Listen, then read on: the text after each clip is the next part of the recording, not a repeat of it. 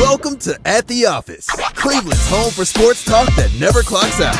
From the latest headlines to heated debates, we're diving into everything sports. It's your hosts, Noah, John, and Erik. Cleveland, welcome into the office, the podcast where we talk all things sports, Cleveland and beyond.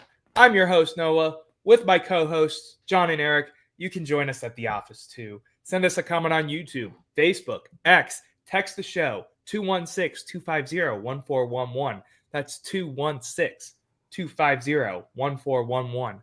Real quick, before I ask my two lovely friends down below me how they're doing, I just want to point out that we have rebranded the channel to At the Office. So all shows here going on moving forward will be At the Office. The East Bay Sports Show is no more. We are at the office at all times. Erik, John, how are we doing tonight, boys? It's a beautiful night to talk sports, to hear some of your guys' terrible and lovely takes. It's actually raining outside, so I'm glad we're inside, but I'm good. How are you guys doing? I'm doing good, brother. I just went to a quick peek behind the scenes. I'm a newly minted member of Alpha Phi Alpha fraternity, and today is our Founders Day. Thank you, gentlemen. Congratulations again, buddy.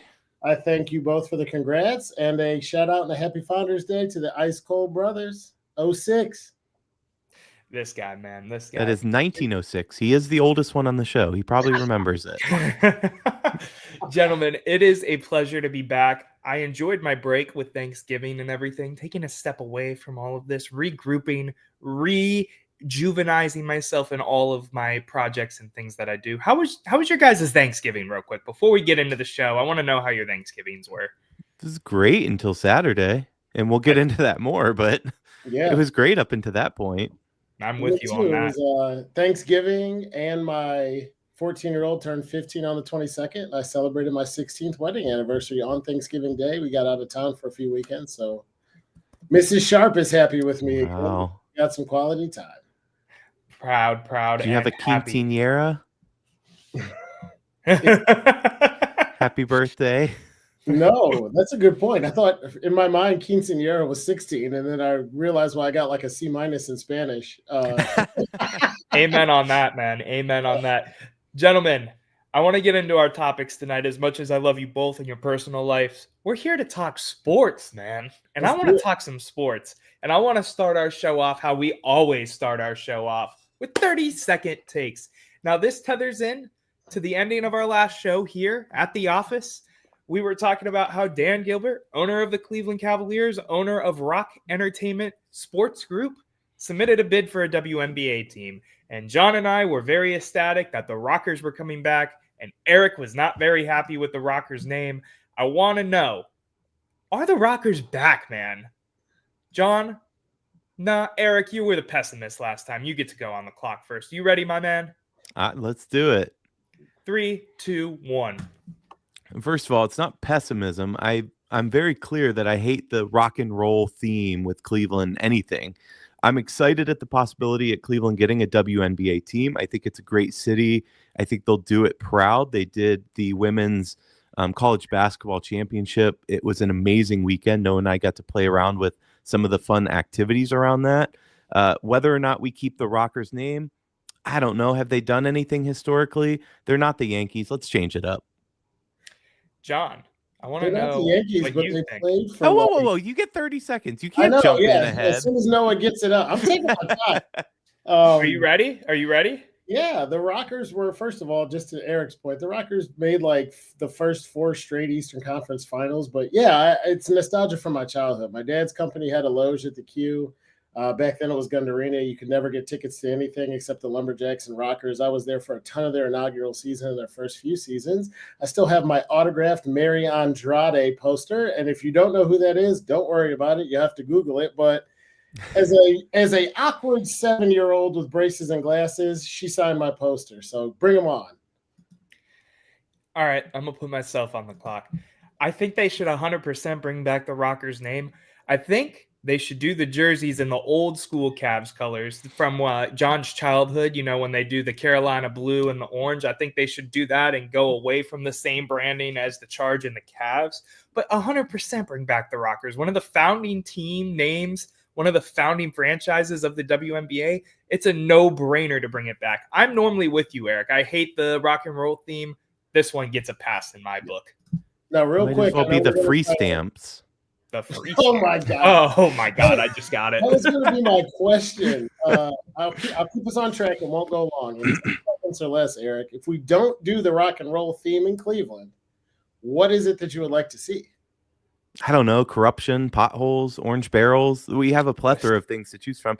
No, I think there's cool things that you can build, and you can build a new brand, and I think it's exciting to build a new brand. The Guardians had that opportunity, and they kind of eschewed it to keep similar branding, which I'm okay with, keeping those colors, whatever. But bringing back a WNBA team, they have a chance to do something new and fresh and get momentum and excitement out of it. There's an unveiling, there's new players. I just think going back to that old name doesn't do them any service, other than some nostalgia for some people. If they're not the Rockers, they should be the Spiders. I could get behind that. That'd be kind of cool. You want to take the old baseball name and use that in basketball. How about the Forest City something? Anybody like that Forest City branding? That's something that is kind of stuck with me as we've talked about some of these branding aspects. What about like the Forest City Rockers? I know you cool. Yeah, I don't hate it. It feels City Connect to me. Yeah, that's what I was going to say. No, that's fair. I was throwing a caveat out there for the fun of it, man. I do think it's funny that for the guy who teased me about 1906, you went with the 1897 reference, but that's fine. Amen on that, right? All right, well. Gentlemen, let's move forward because I think we're all here to get something off of our chest. I think that's the main reason for this welcome back show after a long, extended Thanksgiving break. I must ask you guys, why is Ryan Day the coach of the Ohio State Buckeyes? Is flag planning okay?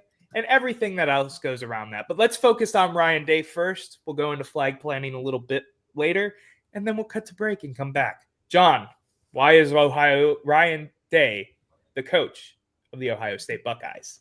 Yeah, I could answer in 3 questions or 3 words. I don't know. I remember when they hired him, they were like, he's an OC and he played here and he did this and that. And I was like, we are the Ohio State University. We pretty much get whoever we want from college and damn near whoever we want from pro, with all of the established names who could have been available, should have been available, might have been available. I thought it was really fast to name Ryan Day because he went like 3-0 as an interim coach. But the day they said Ryan Day was getting the keys to the castle, I said, I guess they know better than me, but I don't understand why we went with this guy when there could have been other options. I mean, open it up, interview some people and see what you get. Well, I mean, I think you should keep in mind, though, that he was Urban's pick.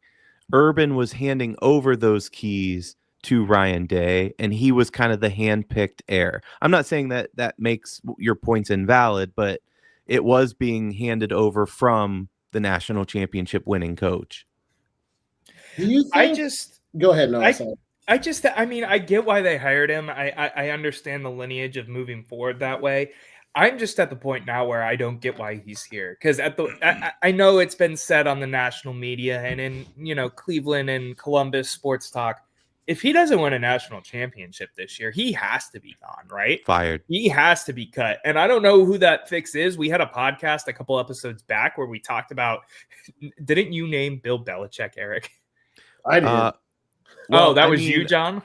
I don't know if we can get him, but you should ask the question. I think if it's me, I think we're being at the time we were being a little facetious with some of what we were saying, but The point remains that it is the Ohio State University. There are seldom jobs that come up that have more prestige. We have the money, we have the boosters and the support.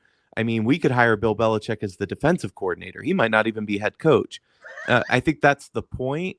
But to your original question, what are we doing with Day? I've been an ardent supporter of Day. And you guys know my philosophy on this. If you're going to fire a coach, you need to have somebody in mind, a replacement that's going to be better. The fact is, Ryan Day has won a lot of football games. But after what I saw Saturday, I was texting you guys in the group thread. I have moved firmly into the fire Ryan Day camp. The only way he saves his job is with the national championship. The guy was coaching scared. I don't know what that was. The entire freaking country watching said, oh, another halfback draw. That makes sense. Let's do that on 3rd and 8. That was one of the worst coach games I've ever seen.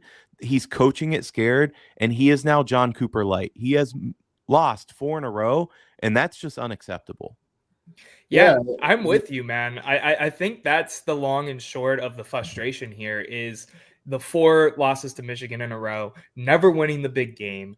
Oregon even plays a role into this with, the clock management and Will Howard sliding at the end. I mean, to me, I'm just very much over Ryan Day as a head coach here, unless somehow, some way they make the playoff run of the century and win the first 12-team playoff. I think they can win a national championship. Talent. Yeah. And I will say one of our office mates, who is an OSU alum, said that if we win the national championship, it will be a little bittersweet in that it won't be as good. And I disagree with that completely.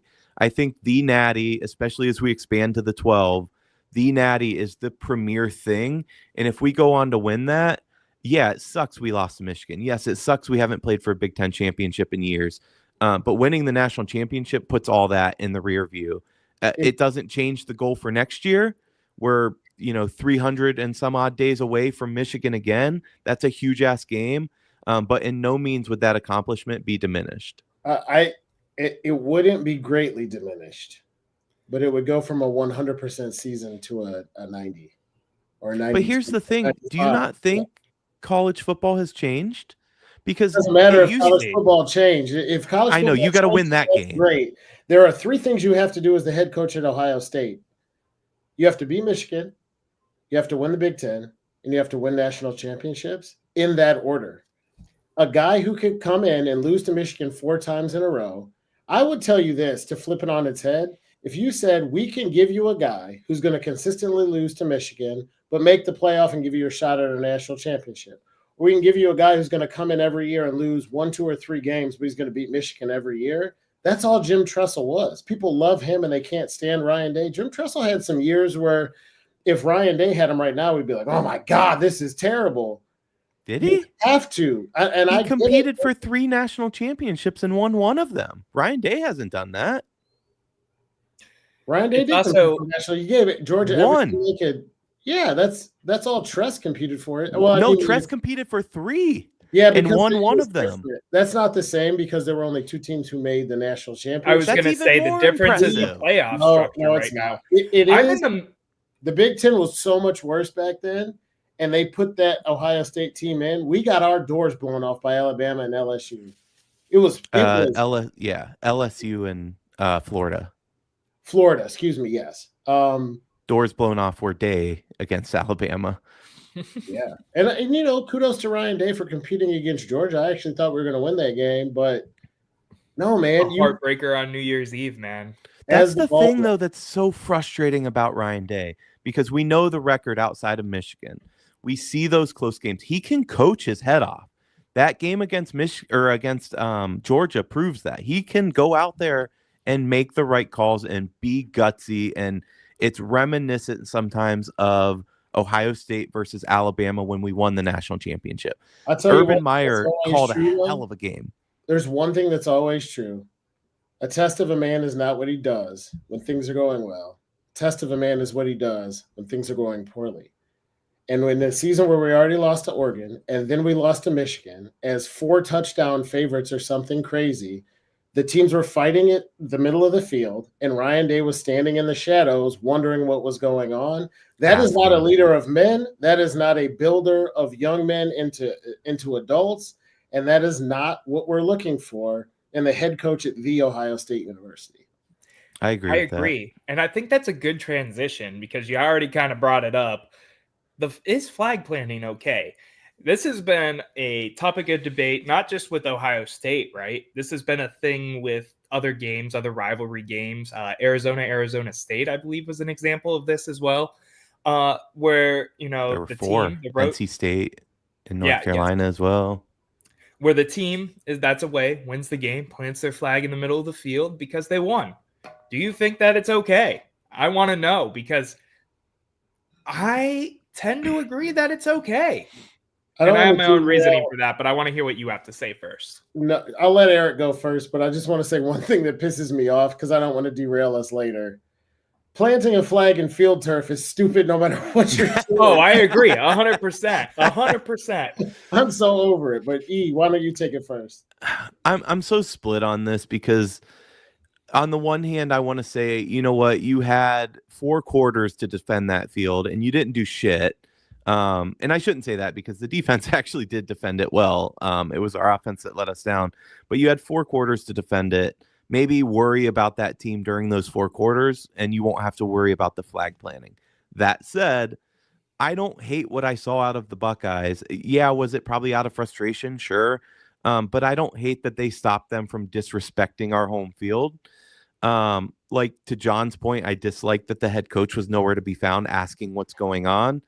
But just for the sake of these young men and these fights, and I think the police actually did a very good job, say what you will about using mace, but I think they could have had a full-scale riot on their hands. When you have 100,000 people and it's starting to go down, that could have went south really quickly.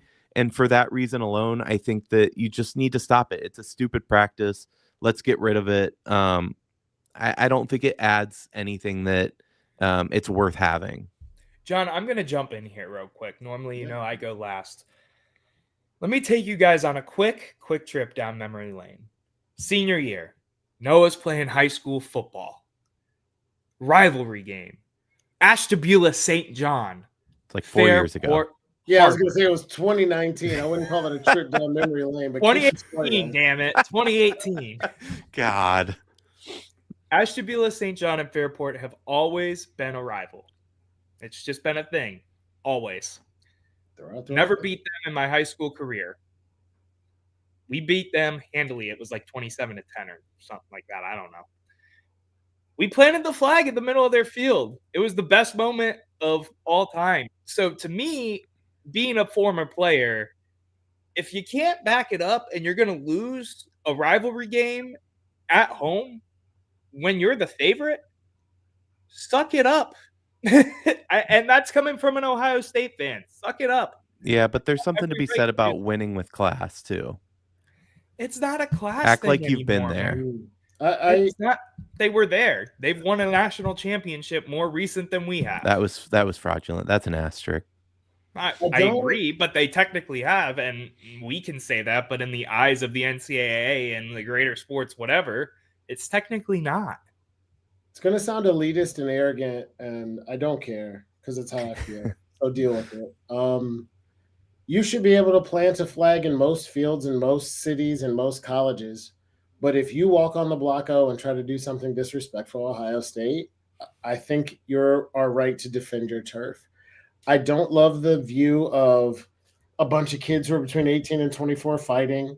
I don't love the view of violence outside of football being acceptable or violence in general being acceptable.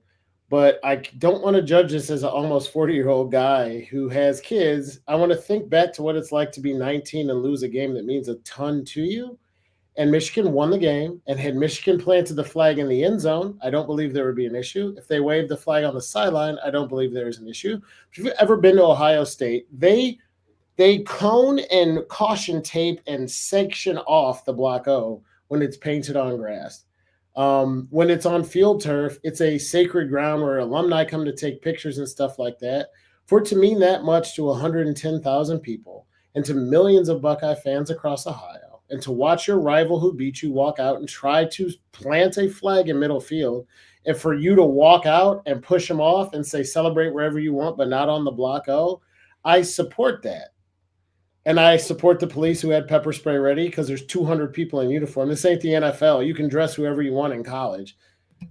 They kept it under control, but I think everybody who's saying this was deplorable and this was awful, you can't have violence, is going to watch the hype video for Ohio State, Michigan next year and remember the pepper spray and go, yeah, that's what makes this the greatest rivalry in football. So let's don't overreact. Nobody's wrong. Teenagers fighting over football at the end of a game is not a good look, but did I have an issue with it? No. Do not plant a Michigan flag at center field at Ohio State. And if I agree. You don't like the results, don't do it.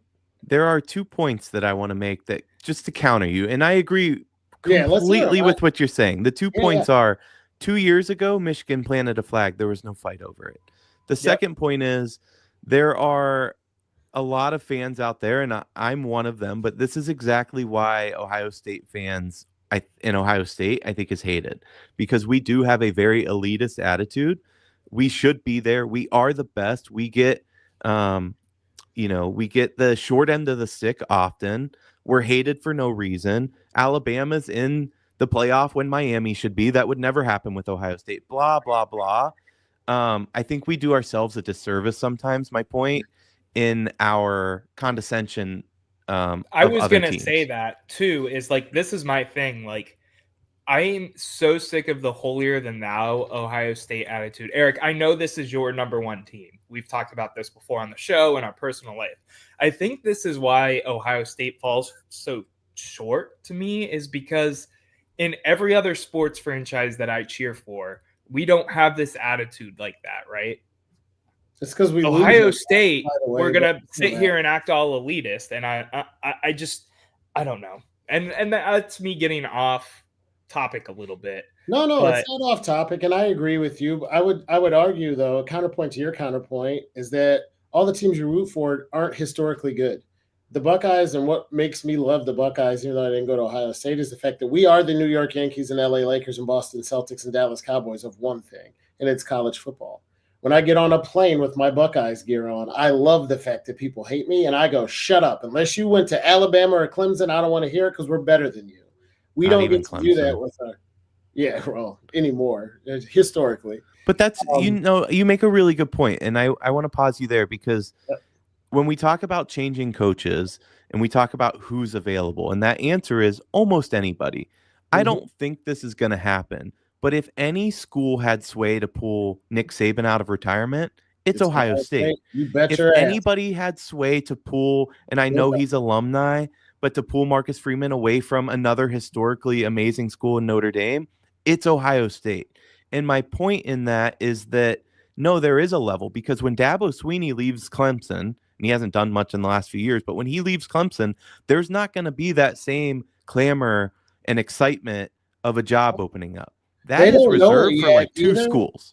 Just to agree with you, they don't know it yet, but when Nick Saban leaves Alabama, they're not going to be the same either. They've lost 3 games. They're getting credit based on past performance, but that program's not going to be the same 5 years. Oh, no, it's already dying. And who was when Nick Saban left, was there ever a big fanfare around, okay, who's going to be? I mean, a little bit, but not like Ohio State. It's not the same. And that's why we have that, because the level is here. And every other team in college football is down here. Even Alabama, knowing that Nick Saban's gone. That level does not change for Ohio State, regardless of who's at the top. And that's why we're elitist, because we're actually elite. I had a professor in college who said to me— It's a good line. Yeah, this is another good one. I had a professor in college who would always say to me, how can it possibly be bragging if it's actually true? And I don't know if I agree with him, but I agree with the sentiment. We are Ohio State. You lose a game in an entire season. It's good, but not good enough. You lose 2 games in a season. It's an abomination. You lose 2 games in a season. Don't play for the Rose Bowl in the past. Don't go to the college football playoff. Don't play for a Big Ten championship. We're talking about fireable offenses, and Ryan Day has failed to live up to the standard. I'm not saying that the standard is reasonable or that Ohio State fans are rational. That is not my argument. We're irrational and we're crazy. Fan is short for fanatic. So let's remember that. But when Ryan Day comes in and goes, well, we played pretty well in most of our games, I don't give a shit. Then go coach at Texas or Alabama or Notre Dame where that's acceptable. We compete. We win the Big Ten every year. We beat Michigan damn near all the time. And we are in the conversation for national championship every year. That isn't the case with him. So that's why I'm kind of like okay with it. It's like, can we put it in perspective real quick, though? Yeah, do it. Outside of Michigan, Ryan Day has lost one Big Ten game. And that was this year to Oregon. That's insane. I mean, that is crazy for sure. That is insane. It doesn't You matter. guys, I agree, but Guardians have won the AL Central, and you guys are the ones who told me if you play a sport, championships are all that matters, and everything else is a failure. Let's not defend. You're gonna run with this for the. 100%. You're gonna run with that for the rest of the. No. I promise to only run with it until you both say I come off of it. Do you not believe that about Ohio State? Do not believe what? It's beat Michigan. Yes. It's win the Big Ten championship, and it's win a national championship. Yeah, correct. If you don't do those three things, the season is a failure. No. Beating Michigan, failure. I agree with that at Ohio State. But you could beat Michigan and be a 500 team. You could compete for a Big Ten. Are you kidding me? Yeah, you can. Michigan just came in here as a 500 team and beat us. No, I know that, but that's not. I'm saying that. I see. You're saying all three. Correct. Yes. Yeah. That is the level we talked about. So you agree when it comes to Ohio State, you just don't agree with other teams or leagues. Yeah, that's fair to say. Okay. One quick thing though, I don't want to come off this. Actually, I love this debate. This is fun. This is why we do the show. I think I can solve it with the flag planting. Solve what? Ohio State's coaching woes? I was going to say, who's the answer? Like, he's got the answer. Just hire this guy right now. Go down 3 levels to what started this round of this conversation. If when Ohio State wins games, they go to the end zone to sing the alma mater. But if when Ohio State loses games, they go to midfield and stand with arms locked and sing it from midfield. You have no violence. People know that's what they're going to do. You walk out to the middle of the field, and I know it's kind of like a different experience for losing a game, which we don't want to get too comfortable with. But I remember my mother-in-law was like, oh, my God, these kids are fighting. It's crazy. And I was like, you lock arms with your brothers. You walk out. You don't throw a single punch. You don't do anything rude. You just keep walking until they're no longer on the O. And the second you get to the edge where that's defended, they can celebrate everywhere else they want to. But if they said, hey, we lost to Michigan, go to the block O and sing the alma mater instead of in the end zone, none of this happens. I don't hate it, but it just feels so soft. It feels soft. So soft for sure. Gentlemen, I want to ask. Go ahead. I want to ask a question that I think we're all going to agree the answer on. I pulled it up for a minute and then we were getting into it, so I didn't want to, cut you guys off too early, but this feels like a good stopping point.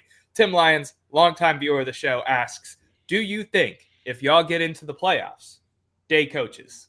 First of all, it's not an if, Tim. We are in the playoffs, and yes, he will coach it. He will be fired in the offseason if he loses. If he comes short of anything but national championship, I think he's let go. But yes, he'll coach. I'm with you on that 100%. John? I agree with you guys. I'll throw in a pun just because it's fun and I'm a dad and I like dad jokes. He's a Bengals fan. And he said, do you think Day coaches? And I'm like, who Day? Oh, God. That was terrible. And on that note, Wait, one more note. Sorry. This guy, man. One more note. I will say that we've had some inner office talking about what should be done, and I don't want to go down the rabbit hole of the coaching thing. We've done that. But I do think that there is a position that Ohio State should create and appoint. You could pay good money to it, and you could pull them from the NFL, and that is the position of GM. Now that the transfer portal is what it is, and we have a $20 million team right now, I think we need a professional in place that's going out and finding some of these players, treat it like an NFL franchise. We'll still recruit. We'll run everything else the same. Coaching can obviously have a say in that, but I think we have a GM level position to help bring in some of that talent. It's not an awful idea. Question just out of curiosity, because I love it. You know how when an offensive coordinator comes onto a team but doesn't get to call the plays, we're like, what's the point? Mm-hmm. If a GM comes into college and doesn't get to recruit talent, what's the point? Do you envision this person recruiting for the coach, or do you just think they collaborate? It's a level of it that would be like considered I forget what they call it, but think of it only focusing on like the transfer portal side of it, I guess, is how that would work, is what I think. That's how I see it. Coach would recruit. He is a GM to like make trades, kind of bring in, not drafting, but he is the level to bring in talent. He would obviously work with a coach. Hey, coach says, I need a linebacker. Find me the best linebacker in the country. Find the boosters, et cetera, the money to pay the linebacker to come in. And you go out and do that. It would be separate, and he would make those decisions, but it would be in collaboration with. I can see Tim, that for sure. It's not elitist. We're in, buddy. We're in. Like, I don't know what you're talking about. Gentlemen, I'm going to push us to commercial break. When we come back, I have a new type of segment that I kind of want to try out with you guys. I want to see how you guys react to it, how you answer my questions, and go about what I have to go about. We'll be right back at the office after these commercial messages.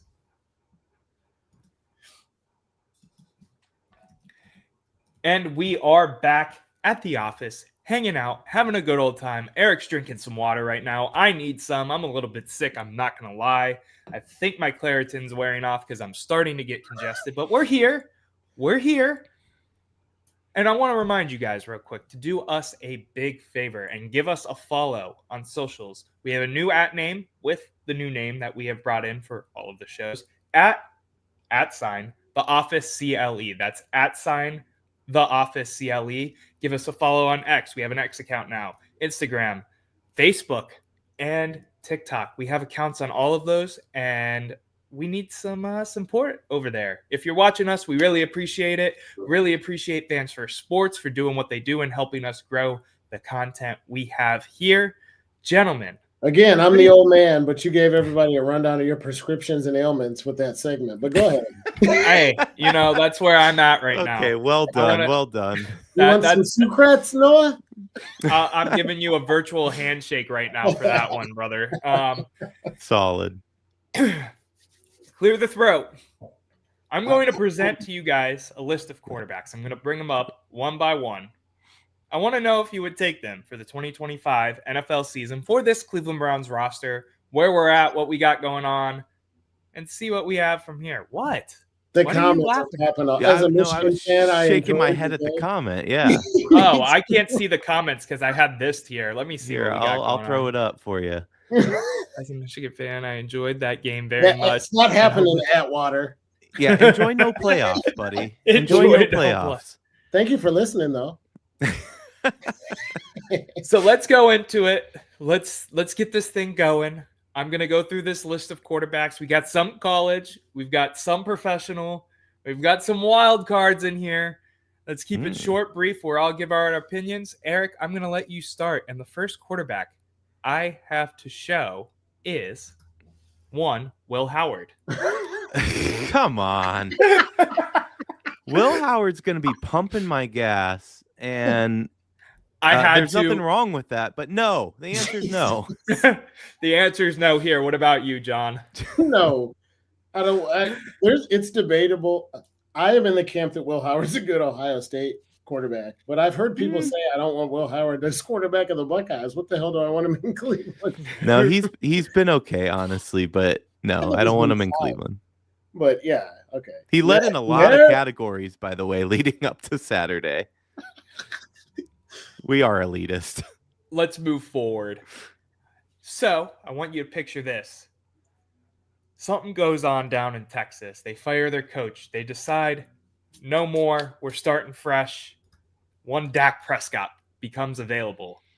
John, you taking him? Yes or no? Why or why not?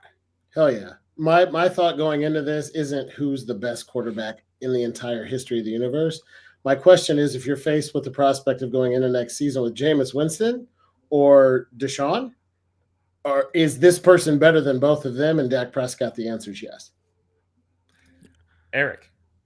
I go into it looking a little differently. I go into it, are they going to win me more games? That's important. But are they going to be funnier than Jameis? When it comes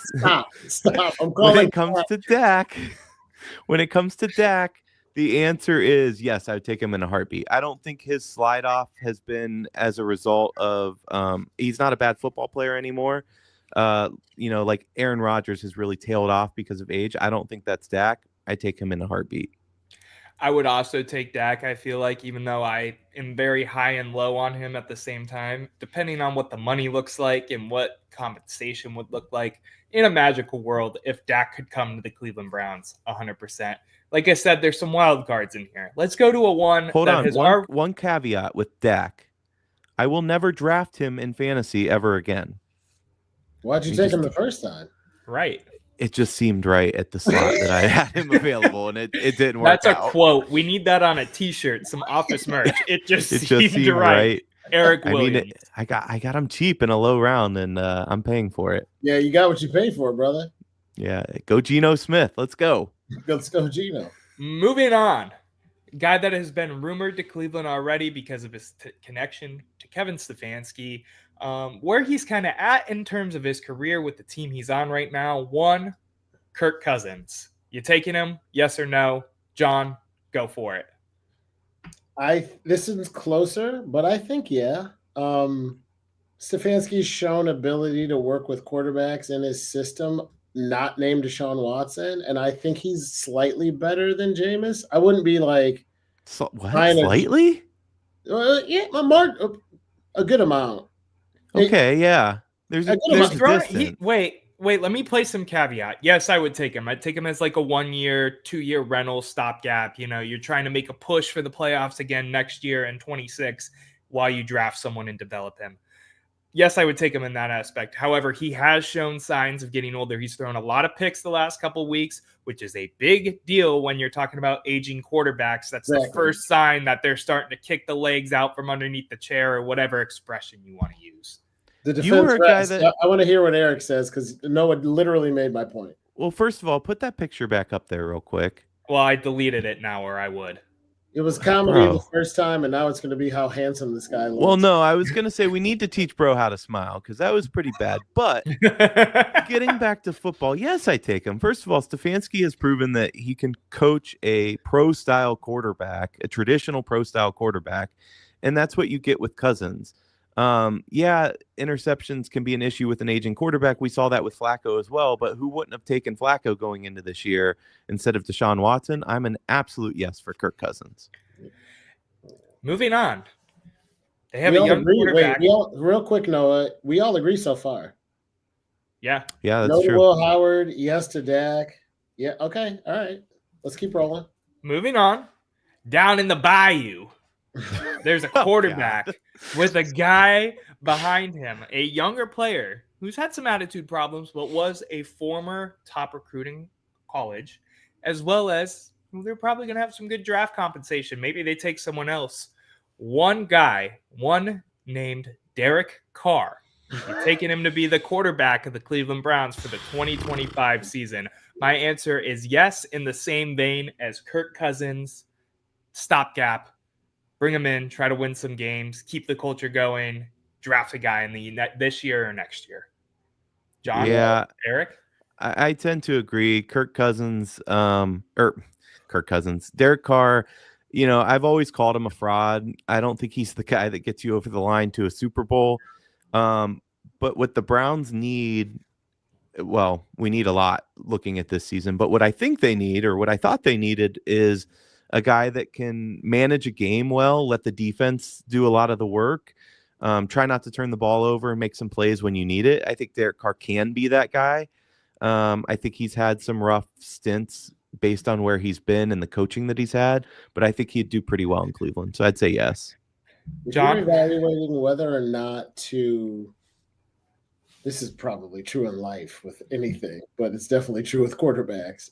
If it's a coin toss, keep the one you have.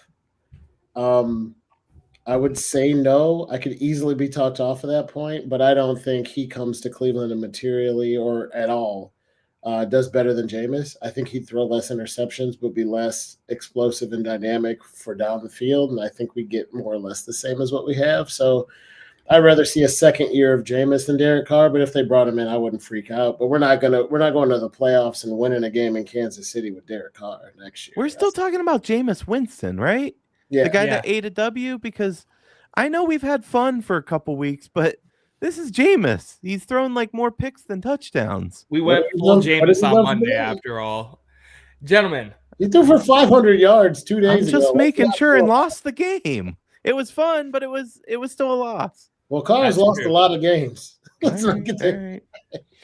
I said tie. I Gentlemen. didn't say he sucked. I said Derek Carr has a very attractive wife, and I'm not saying that weighs on my decision, but oh my God. what are we even does talking weigh? about right I'm now? just- Okay, we're moving forward. sponsorship. Eric's Deals. single. He's allowed. Well, she's Phone not, call. A phone call comes in. It's the 2025 NFL draft. but I love these setups. Yeah, I do too. The Raiders give you a call. They're currently sitting at number 2 in the draft order and say, hey, we'll take a 5th round pick to take your pick. Just With magic. his bad right now. hair. Right. And they obviously we take that trade and select the one, Shedeur Sanders. Yes, no, maybe so. No, absolutely not. Listen, here's the thing, and I have two thoughts on this. Number one is that I don't want to draft any quarterback. I don't think this is a class that they're world beaters. And I think that we potentially have a team and talent on a team that could make a push if we had the right guy under center and we could shore up our line. And I don't think drafting a rookie quarterback helps us in that goal. And I also don't like the circus around it. I think that the Sanders are all out for themselves. I do like that Coach Prime walked that fatherless guy. Well, he's not fatherless. He's in jail, but I walked him out for senior day. That was cool. But it just feels like everything they do is for them. And I feel like they're they'd pull a Manning and say, no, he's not going to Cleveland. See, that was going to be my caveat. The answer is yes if he wants to play here because he's easily the most talented quarterback in this class. I feel like to this point, we haven't had the combine happen and everything. Yes, if he wants to be here. Hell no if it's even a question about if Prime's going to be like, nope, trade him. Can I ask you, gentlemen, one thing about him? Do you think he's better than CJ Stroud? He I would could have to be, say but I no, don't know. Yeah, the upside's there. He could be CJ Stroud, absolutely. And granted, CJ's struggling this year, but I don't know. I don't think we're in a place. We don't develop rookies well. That's the other problem. You know, if we're bringing in somebody, he needs to sit and That's learn, and we're not going to do that. And we can have that conversation at another time. We used to not develop rookies well. We have done a good job of developing most rookies in this organization just because Jedrick Wills... Quarterbacks is what I meant. We have never had this front office and head coach touch a rookie quarterback before. But our point is plugging somebody in to play immediately. That's not how you develop a rookie that you're drafting. That's fair. Again, this could be a debate for another day. Speaking of rookie quarterback... Well, I think... sorry, go ahead. Are you moving on, or were you going to still? I was moving on. Yes, I was going to move on. Oh, I didn't get my Shedeur answer. He didn't say yeah. Oh, I'm sorry. Yeah. I'm so sorry. Go ahead, man. Yeah. All right, it's your world, Squirrel. I'm just trying to get it out. God, the dad jokes tonight, man. Crazy. I say yes for the total package. Is he going to come in and be the immediate quarterback of the future? The odds say no, but he potentially could be. But I think his ceiling is very high, and I think he has the potential to be a franchise quarterback. I love this show, though. I think we get so serious about sports, we forget the number one thing is entertainment. And part of the reason the loss against Denver didn't feel like quite so much of a loss is because Jameis had some great sound bites and threw for 500 yards. Like, we were entertained even though we didn't win. And that's hard to do in the NFL. We're not on Broadway, right? So with the Shedeur Sanders, Deion Sanders show in Cleveland for 3 years, in addition to the fact that he could also be a poor man's Lamar Jackson, make me interested in him? Absolutely. Now, you're going to push the reset button a bit because I don't think we're going to compete next year. And then you got expiring contracts and a ton of money. Yeah. There's all kinds of issues. But yeah, like if I could entertain the idea of bringing Derek Carr here, I for damn sure would bring Shedeur Sanders in the draft if that phone rings. Okay, fair enough on that point. Fair enough. Thank you. Speaking of that phone ringing, in this world it didn't, and you stayed at what I think we're currently the 8th or the 9th pick. We are currently the 8th pick. And you stay, but you're dead set on getting your new franchise quarterback. One, ACC demon, Cam Ward. You taking him? You want him? Because my answer right now is, depending on where we end up in the draft, I'm a Cam Ward fan, and I would take him. But again, it depends on where we're at in the draft and what trades can happen, blah, blah, blah, blah. Quick point of clarification. Doesn't he play at Miami? Yes. So why did you say ACC Demon Deacon? That's Wake Forest. I didn't say Demon Deacon. I said ACC Demon, period, because he's the best player in the ACC. Question withdrawn. Go ahead, E. Well, being the best player in the ACC is like being the best. I don't know. You get my point. That's not a conference where you brag about being the best player. That said, same answer. I don't want a rookie quarterback that should be developed, and I want somebody that's going to make an impact for us day one. I also hate Miami, so no. John. Yeah, times two. I don't like the ACC. I don't like Miami as a team. I don't think they play good talent. The last ACC quarterback to come out and do anything was what? Deshaun Watson? How's that working out? Like, Ken Dorsey? No, pass. Absolutely not. I mean, I hope he does well. No shade, but like a first round pick or taking a no. Not on him. Let's move forward. Wait, did you say yes or no? I said yes. Oh, okay. I'm a Cam Ward fan. I think he is going to be the Drew Luck of this draft. Best of the ACC. I said Drew Lock. I meant, you know what I meant. Anyway. What has Drew Lock done that was so amazing that you think we should take him? He's arguably the best rookie quarterback this year. It's him or Daniels, and Daniels has played rough the last couple of weeks. That's another debate. Let's move forward. We have quarterbacks that we need to evaluate here in rapid fire succession. Speaking of a quarterback that we're going to evaluate in rapid fire succession, Mr. Crab Legs himself. Are you bringing him back next year? Are you going to eat another W? Jameis Winston. Look at that smile. Look at that smile, man. Hell yes. I don't care how we keep him. I don't care if he's on the bench. I just want sound clips. I think he should be mic'd up for every single game, whether he's on the bench or starting. When he was running off the field after his interview against the Steelers, the game that was on Prime, and he said, I'm going to order a W on Prime Amazon, order, and it will be there by the time I get home because that's how fast they are. I mean, nothing beats this guy talking. I don't know. He's a national treasure. Protect him at all costs. Keep him a Browns for life. He doesn't have to start, but I just want to hear this guy forever. Hell yeah, I'm with Erik. I don't care if he starts or not. Like, why would you get rid of him? If he leaves in free agency, there's nothing you can do about it, but I want him to try and resign him. First of all, we might need him. The way things have gone the last 3 years, a backup quarterback or a third-string quarterback is somebody who might play in Cleveland. But the other thing is, like, the sound bites, like, this is – the horses are ready, but this is the Lord's war. Where are you going to get that? Or the Lord and the pick sixes. What was it? I hope the Lord forsakes me from pick sixes. Hold on. I'm going to pull up our post for the story today just so I can say it right. Praying for the Lord to deliver me from pick sixes. That is a quote and a half.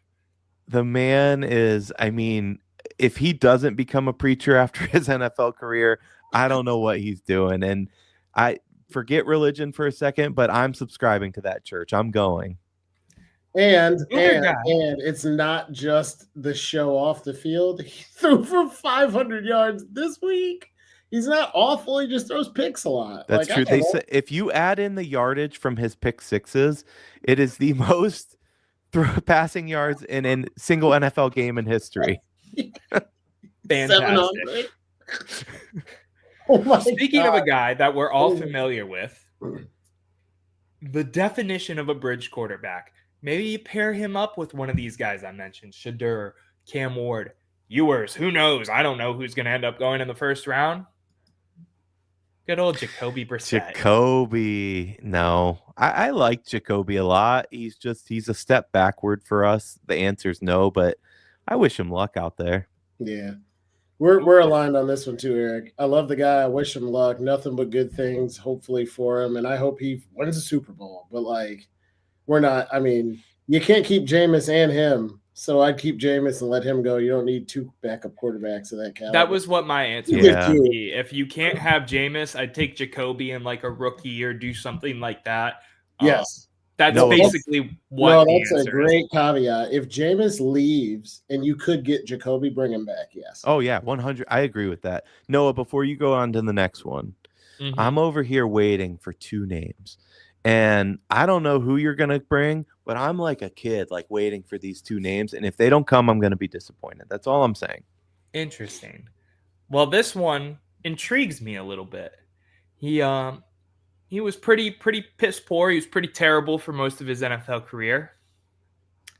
Then he signs to the Minnesota Vikings. And this man is having a career year and is only on a 1-year deal. He's going to be a coveted free agent, whether the 3 of us like it or not. 1, Sam Darnold. I just hate his face so much. Like, he's just got one of those faces. I'm out. No. He looks like Buzz from Home Alone. Yeah, that's a Buzz good is one. Alfred Wolf. Woof. It's Christmas season, so another dad joke, maybe. Sorry, Noah. No, I don't think so either. We'll see how this season ends, but if he feels real flash in the pan to me. But I don't know though. Would you rather have him than Derek Carr? Like some of the other people I said, yeah, I'd entertain it. It would depend on what's going on. Yeah, that's my answer too. It depends the cost. It depends how long we're going to bring him in. It depends what that all looks like. But above guys like Derek Carr, hell, even Dak Prescott, I feel like you know what you got there. There's a chance that, a Sam Darnold and a Kevin Stefanski system is a match made in heaven. I don't know. This is one of the ones I like, and I think more fit the situation that we're in is to take flyers on these guys for 1 to 2 years and really see what we can develop out of them. What were you about to say? Depressing. I mean, why don't we just get Zach Wilson? Isn't he available? I don't know, man. I think that's different.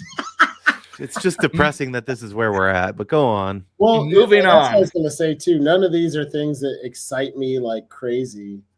Well, that's the nature of where we're at right now, right? Yeah. If I would be so happy if the Browns said, we are not starting Deshaun Watson because he stinks, and we are going to go with someone else, and this is the guy, I would take every single person you listed over Deshaun next year. Everyone. I agree with that, yeah.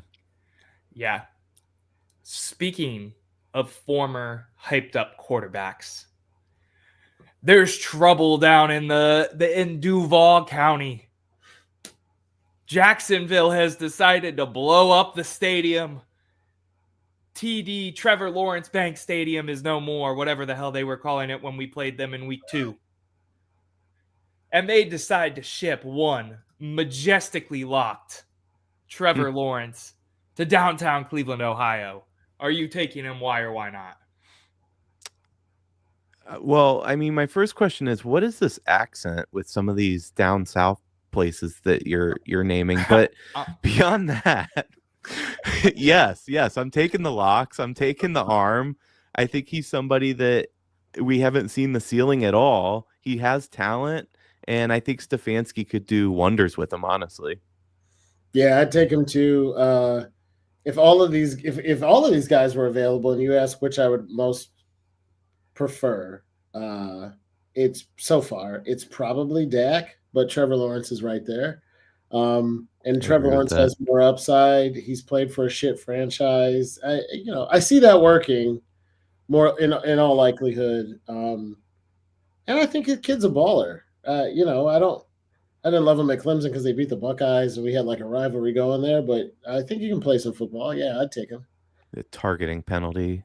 Ugh. I felt bad. Sorry. Yeah. His team's fighting in a circle around him, and this dude's like seizing up with like the concussion hands on the field. That was ugly. Yeah. I would take him in a heartbeat too. It depends on the compensation because I don't want to give out 3 first-round picks ever again in my entire life, even though I think we've done a good job with that situation, all things considered. But I want you guys to take a trip with me. We're going to go into Ossawa County in Florida, wherever we No, where are we headed now, buddy? A room. I want to go home to Kansas. A locked, dark room for days at a time. enjoying some ayahuasca.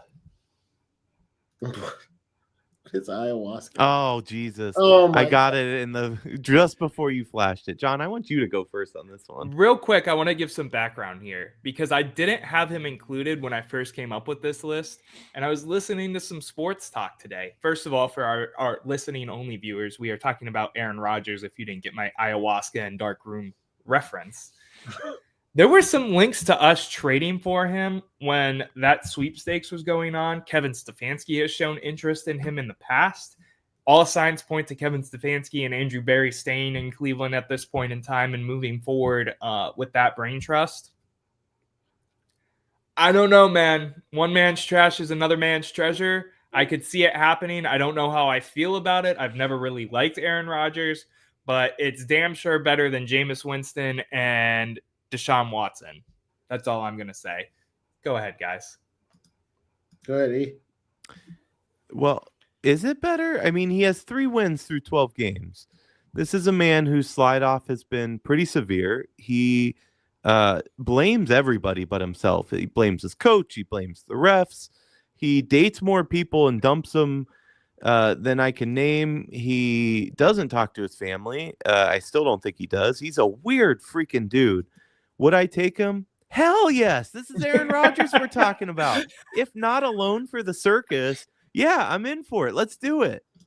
Why? Go ahead, Noah. I was just going to say, why not, right? Well, Yeah, at this point, why yeah. not? Go ahead, John, man. Yeah, I would take him too. I think he is a little bit younger and a lot better. Little to a lot better than Joe Flacco, and we did some cool shit with him. I think this is a system thing and what we're trying to do thing, though. If you said you got to take one of these guys and roll with him for 5 years, my answer for him moves down the list. But if they said, Myles Garrett, Nick Chubb, defense, long in the tooth, Browns window closing, you got another year, maybe 2, to put this together. Out of everybody listed, I think Aaron Rodgers gives us the best shot because, like I said, I think he'll do what Flacco did, but he's more talented and he's a little younger. And I could see this. I could see us with the Cleveland Browns is currently constructed with Aaron Rodgers competing for a Super Bowl next year. Whoa, okay. Can I say one thing? We talk all the time about Mike Tomlin doing more with less. Mm-hmm. Aaron Rodgers has done less with more. He's won 1 Super Bowl. The fact that him and Brett Favre each won 1 Super Bowl with Green Bay, that's a failure. So I'm not saying, listen, the dude had a rocket for an arm. I think he's an excellent quarterback. But to say that we compete for a Super Bowl because we add him to our team, I'm just not there yet on that. Yeah, I can see not being there. I would recant that question with how many quarterbacks in the last 40 since 1999 that the Browns have had got even 1 Super Bowl? No, I get that. It's I'm just saying, Flacco, and that's I think it. Like I'm not saying this guy is the next coming of the Messiah. I'm saying out of everybody listed, he's the one who I see plugging into this team and giving us a chance to compete. But you said we could compete for a Super Bowl. Yes. Why wasn't the man competing for Super Bowls outside of 1 with Green Bay? That's my point. I get you guys. I would argue he competed for Super Bowls. He just didn't make it. Who was he running? There was no New England buzzsaw he was running into. Who in the NFC was he running into that was just world beaters that he couldn't make the Super Bowl? 100% the 49ers. Yeah, that's what I was going to say. The Rams were really good for a couple years too. The Rams had 1, and that was post. Well, they won. This is gentlemen, this is off topic. So I'm going to reel us back in to wrap this thing Answer up. still yes. Yeah, the answer is 100% still yes. So I want to go in to Eric's favorite segment. Every time I introduce this segment and I don't know how to introduce it, I just say it's Eric's favorite segment and it works. That's just kind of my thing. Final thoughts and takes. What are our final thoughts and takes? Could be off the wall, could be spicy, could be lukewarm. You left 2 off that I was really looking forward to. What 2? Baker Mayfield. Not happening. No. And who was Justin Fields. Probably not happening either. Doesn't he go into like free agency? Isn't he on his 5th year? I don't think we take him. I don't think it was Justin Fields either. I say yes. I would consider Baker over a lot of these names, but I would rather have Aaron Rodgers than Dak Prescott. Yes to both. Sorry, go on. Final thoughts and takes. Gentlemen, take it away. Go ahead, E. Noah, the other day I told you that I'm definitely doing this for my final thoughts and take. And I forget what I told you. Do you remember by chance? No, you just said I'm not going to tell you. You can hear it on the show. Oh, well, John, you go ahead, buddy. This guy. None of us have final thoughts and takes today. John's done. Do you have one? I have a final thought. It's not a take. This is a Major League Baseball. And this is a convoluted shout out to my wife because we celebrated our 16th wedding anniversary. I took her with my dad to a series in Kansas City. She jumped and screamed and yelled because we're really close behind the dugout for 3 days straight. And I was like, I played college baseball. You're not going to get hit. I'm sitting in front of you. Just relax.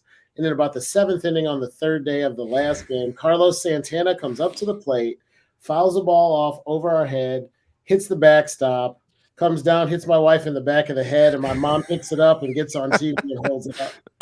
My mom gave me the ball. My wife was there. We were all of 19 at the time. It's a funny story. It's also a happy anniversary, but this is the ball that hit my wife in the back of the head. Who's my girlfriend at the time? That is my final thought. Happy anniversary. That is good. I hope she never let you live that down.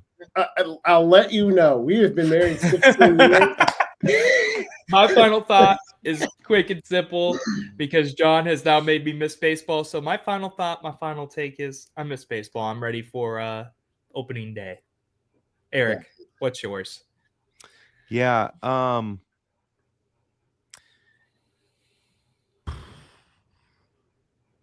Ding, ding, Well, that's all the time we have, ladies and gentlemen. I've got nothing. I'll say this. I hit my these boys know it, but I've hit my biggest parlay last night.